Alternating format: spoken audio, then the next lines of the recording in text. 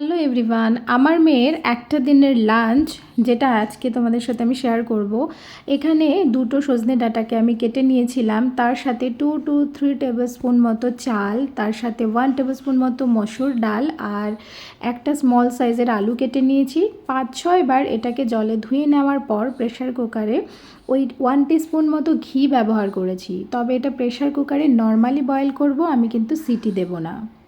সমস্ত উপকরণগুলো এরপর দিয়ে দেব ঘিয়ের মধ্যে, আর তারপর একে একে, যেহেতু 10 মান্থ কমপ্লিট হয়ে গেছে, আমি মশলাও ব্যবহার করছি একটু একটু, তাই ওই 1 টিস্পুন মতো হলুদের গুঁড়ো, 1 টিস্পুন মতো জিরের গুঁড়ো, তারপরে কিন্তু আমি এটাতে পরিমাণ মতো জল দিয়ে দেবো।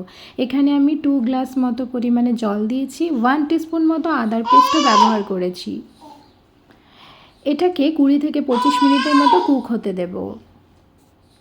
সজনে ডাঁটার অনেক উপকারিতা আছে, বাচ্চাদের খাওয়ানো খুবই গুরুত্বপূর্ণ। তার কারণ হচ্ছে এটাতে আয়রন, ক্যালসিয়াম প্রচুর পরিমাণে আছে, ভিটামিন এ, সি থাকার কারণে এটা কিন্তু আইসাইটকে ইমপ্রুভ করে বাচ্চাদের, সেই সাথে বোন ডেভেলপমেন্টের কাজে লাগে, আর ইমিউনিটি বুস্টার হিসেবেও কিন্তু এটা গুরুত্বপূর্ণ আছে।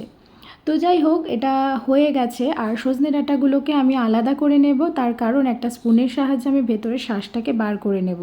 আছে একটা মাছ, যেটা পেটির মাছ নিয়েছি আমি, এটা আমি আজকে ওকে সার্ভ করব।